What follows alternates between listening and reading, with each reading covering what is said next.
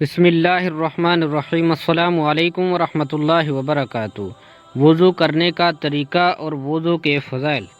یونس نے ابن شہاب سے روایت کی کہ عطا بن یزید نے انہیں خبر دی کہ حمران نے، جو حضرت عثمان رضی اللہ عنہ کے آزاد کردہ غلام ہیں، انہیں بتایا کہ حضرت عثمان رضی اللہ عنہ نے وضو کے لیے پانی منگوایا اور وضو کیا تو دونوں ہاتھوں کو 3 بار دھویا، پھر کلی کی اور ناک میں پانی ڈال کر ناک کو جھاڑا، یعنی کہ ناک کو اچھی طرح صاف کیا، پھر 3 بار چہرہ دھویا، پھر 3 بار دایاں بازو کہنیوں تک دھویا، پھر اسی طرح بایاں بازو دھویا، پھر اپنے سر کا مسح کیا، پھر 3 بار اپنا دایاں پاؤں ٹخنوں تک دھویا، پھر اسی طرح بایاں پاؤں دھویا، پھر ارشاد فرمایا، میں نے نبی کریم صلی اللہ علیہ وآلہ وسلم کو دیکھا تھا کہ آپ نے اسی طرح وضو کیا جس طرح میں نے اب کیا ہے۔ پھر رسول اللہ صلی اللہ علیہ وآلہ وسلم نے فرمایا، جس شخص نے میرے اس وضو کی طرح وضو کیا، پھر اٹھ کر 2 رکعتیں ادا کیں، ان دونوں کے دوران میں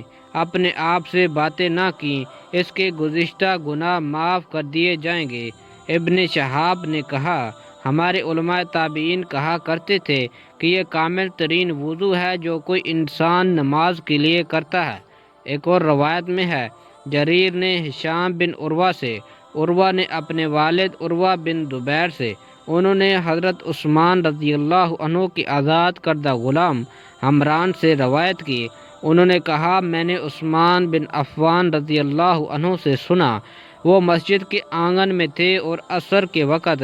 ان کے پاس مؤذن آیا تو انہوں نے وضو کے لیے پانی منگایا، وضو کیا، پھر فرمایا، اللہ کی قسم میں تمہیں ایک حدیث سناتا ہوں، اگر کتاب اللہ کی ایک آیت نہ ہوتی تو میں تمہیں نہ سناتا، میں نے نبی کریم صلی اللہ علیہ وآلہ وسلم سے سنا ہے،